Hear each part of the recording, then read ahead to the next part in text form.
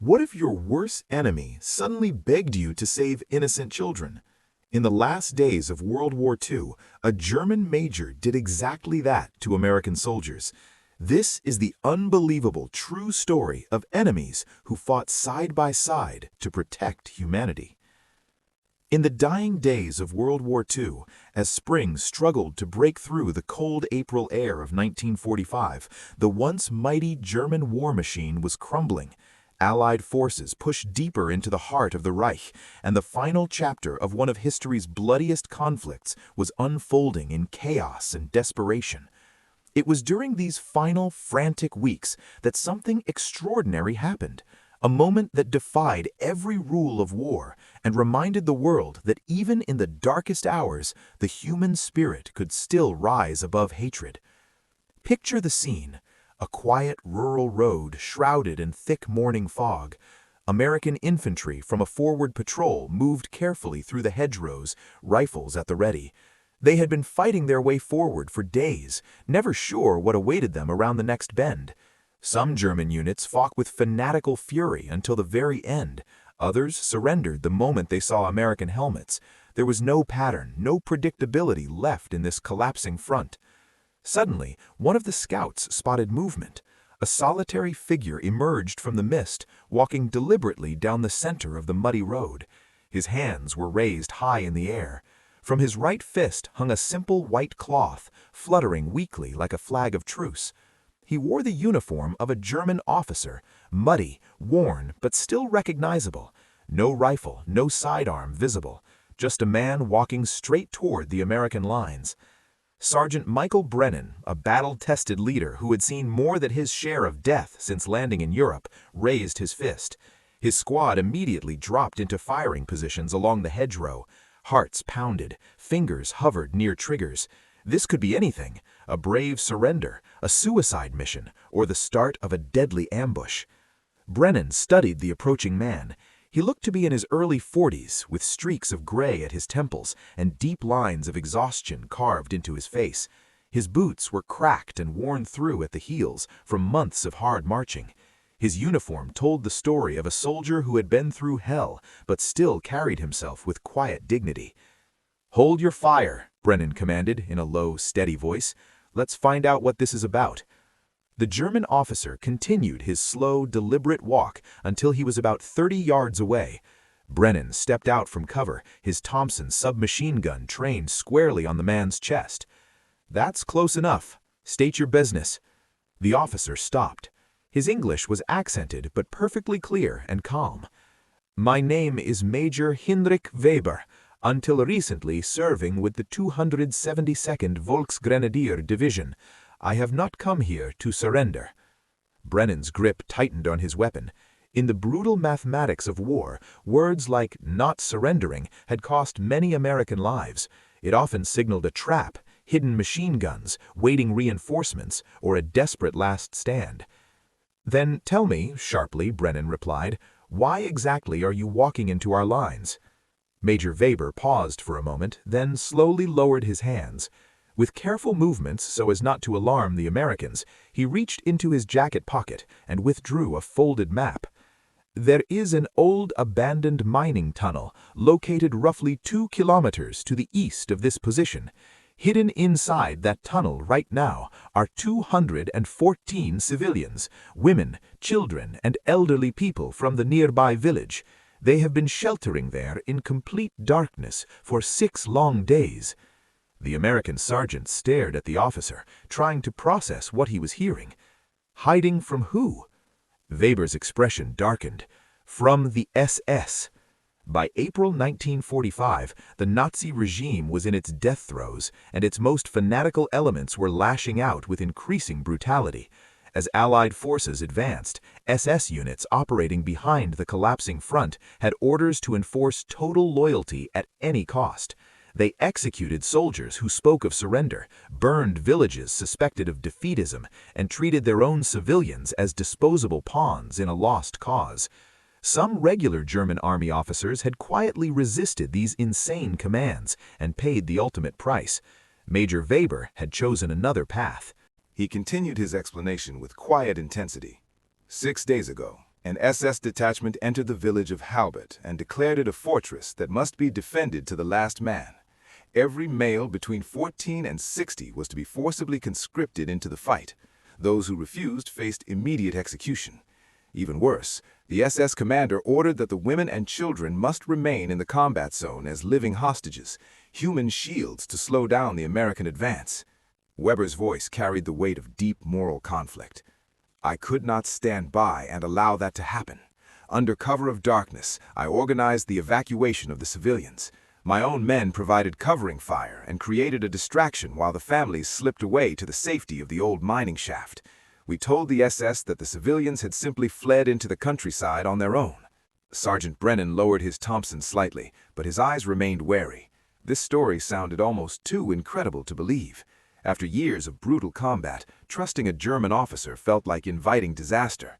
Yet something in Weber's exhausted eyes and the trembling way he held that map suggested this was no ordinary encounter. "Why come to us now?" Brennan asked. "Why risk everything by walking straight into American guns?" Major Weber looked directly at him. "Because an entire SS battalion is advancing from the east at this very moment. They are searching for the missing civilians. My 80 soldiers have been doing everything possible to delay them, buying time with what little ammunition we have left. But we are running out fast. Within the next 2 hours, the SS will reach the tunnel entrance. When they do, they will seal it shut and condemn every soul inside to a slow, suffocating death." He took one careful step closer. "I still command 80 loyal men who are prepared to fight to the end to protect those families. But 80 men cannot hold back a full battalion supported by armored vehicles. We need help. I am asking you, the Americans, to stand with us and save those innocent lives." The fog was beginning to thin, revealing patches of the devastated landscape. In the far distance, the low rumble of artillery echoed like distant thunder. Brennan glanced back at his squad. These were hardened veterans who had learned through bitter experience that Germans were the enemy. Trusting one now went against every lesson the war had taught them. Every instinct screamed that this could be the most sophisticated trap they had ever faced. Yet the major's words painted a horrifying picture. 214 terrified civilians, grandmothers, mothers, and small children, trapped underground, waiting in fear for rescue that might never come. Brennan made a decision that could have ended his career or his life. "Show me exactly where this tunnel is on your map." The terrain described was ideal for defense, a narrow ravine that larger vehicles could not easily navigate. Brennan quickly radioed his company commander. The response was skeptical but ultimately supportive. If civilians were truly in danger, they had authorization to assist. Additional American reinforcements were promised, but they were still at least 3 hours away. Time was critical. Brennan's small group, now accompanied by Major Weber, moved swiftly toward the ravine. When they arrived 40 minutes later, the scene confirmed every detail the German officer had shared. Approximately 80 German soldiers were already dug into strong defensive positions along the steep walls of the ravine, their weapons trained toward the eastern approach.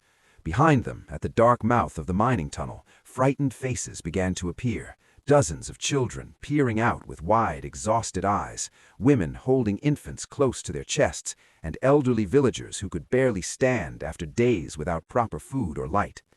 One little girl, no older than 7, stepped forward hesitantly. She looked up at the American sergeant with a mixture of fear and fragile hope. "Are you going to help us?" she asked in a small voice. Brennan, a man who had witnessed countless horrors and lost friends in brutal combat, felt his throat tighten. Nothing in his training had prepared him for such a simple, heartbreaking question from a child caught in the madness of adult war. "Yes," he replied softly, "we are going to help you." What followed was one of the most unlikely collaborations of the entire Second World War. American and German soldiers worked shoulder to shoulder, digging additional fighting positions, establishing overlapping fields of fire, and preparing for the battle that was surely coming.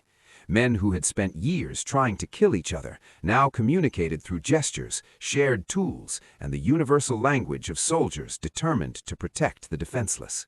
There were no shared words between most of them, only shared purpose. The first SS scouts probed the area around noon. They advanced cautiously through the trees, only to be met with a withering hail of coordinated fire from the mixed defensive line. After a sharp 20-minute firefight and several losses, the scouts withdrew. But the damage was done. They now knew the exact location of the tunnel and would return with far greater force. Tension mounted as the hours picked by. During a brief quiet moment, Brennan turned to Major Weber. "Why did you do this? You could have followed orders and saved yourself."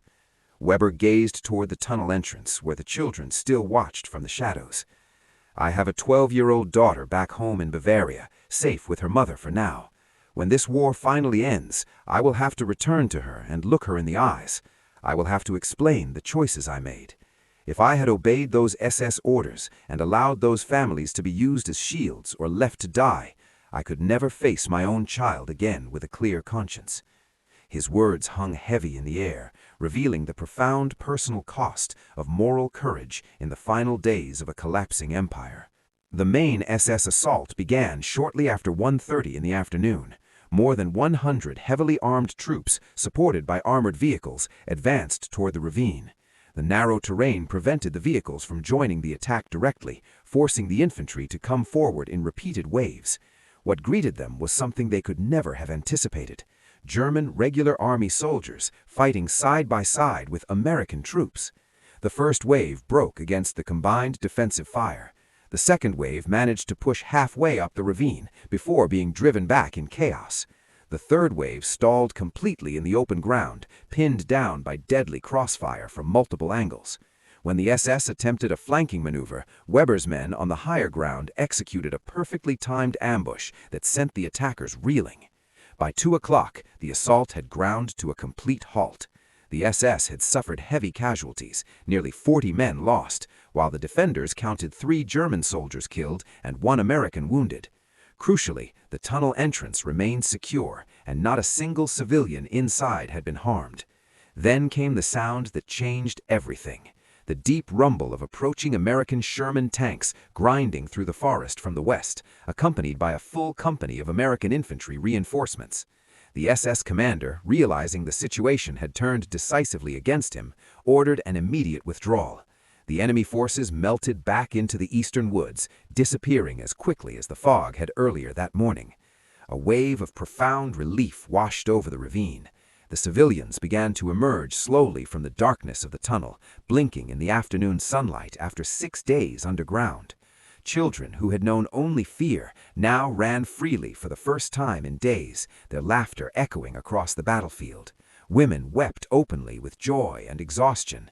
Elderly villagers embraced both German and American soldiers who had stood together against a common evil. Major Heinrich Weber stood slightly apart, quietly watching his men shake hands with the Americans who had been their enemies only hours earlier. Sergeant Brennan approached him. "What will happen to you now?" Brennan asked. Weber offered a tired shrug. "I will surrender formally and become a prisoner of war. Perhaps one day, when it is all over, I will be allowed to return home to my family." "You helped save all those people today," Brennan said. Weber looked at him steadily. "No, Sergeant, we saved them together." The two men shook hands, a firm, respectful grip that transcended the uniforms they wore and the nations they had served. It was the handshake of two soldiers who had discovered that some things matter more than war. In the weeks and months that followed, the 214 civilians from the village of Halbert were safely evacuated and eventually returned to rebuild their lives. The old mining tunnel, once a place of desperate refuge, later became a quiet local memorial. A simple plaque was placed there, telling the remarkable story of German and American soldiers who chose to fight side by side to protect innocent lives in the final chaotic days of World War II. Major Heinrich Weber was held as a prisoner of war until 1946.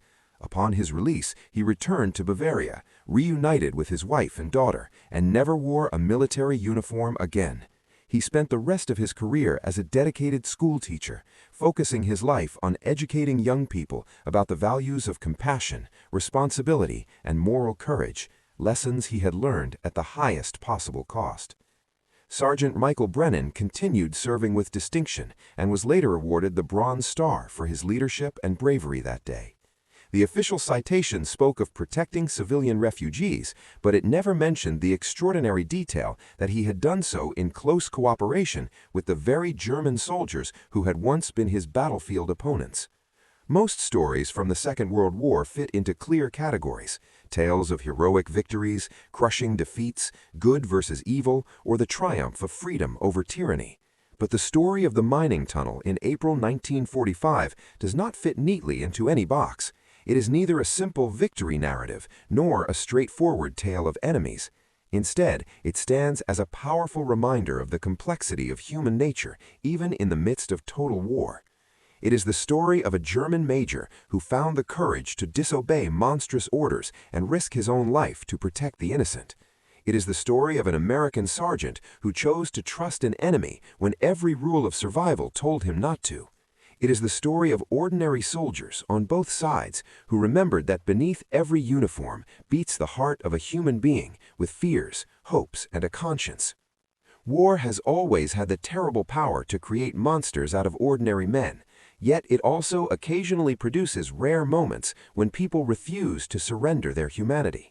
When fathers, sons, and soldiers look past the propaganda, past the hatred drilled into them for years, and recognize a shared responsibility to protect the vulnerable. That single decision made on a foggy morning in the spring of 1945, a German officer walking forward with a white cloth in his hand, not to negotiate surrender, but to ask for help, ultimately saved 214 lives. It proved that courage and compassion can appear in the most unexpected places, even among those who had every reason to remain enemies. Today, the tunnel still exists, though it has long been sealed for safety. Visitors occasionally stop at the modest memorial plaque. They read the brief account of what happened there and learn that even when the world seemed to have gone completely mad, some individuals chose to be decent human beings first and soldiers second. These are the kinds of stories that truly matter. Not just the battles, the weapons, or the grand strategies, but the quiet moments when humanity refused to be extinguished. If this incredible true tale of unexpected compassion and bravery in the final days of World War II touched you, please hit the like button right now. Every like helps us bring more forgotten human stories from history to a wider audience. If you're not already subscribed to WW2 Impact, join us today. We dive deep into the real human side of the war that changed the world forever, uncovering moments of courage, tragedy, and hope that textbooks often overlook. Drop your thoughts in the comments below. Be honest, if you had been in Sergeant Brennan's position that foggy morning and a German officer approached asking for help to save women and children from the SS, would you have taken the risk and trusted him? Or would you have walked away? I read every comment and love hearing your perspectives. Thank you for watching. Stay curious about history, stay compassionate in life, and I'll see you in the next video here on WW2 Impact, where we continue exploring the stories that remind us what it truly means to be human, even in the worst of times.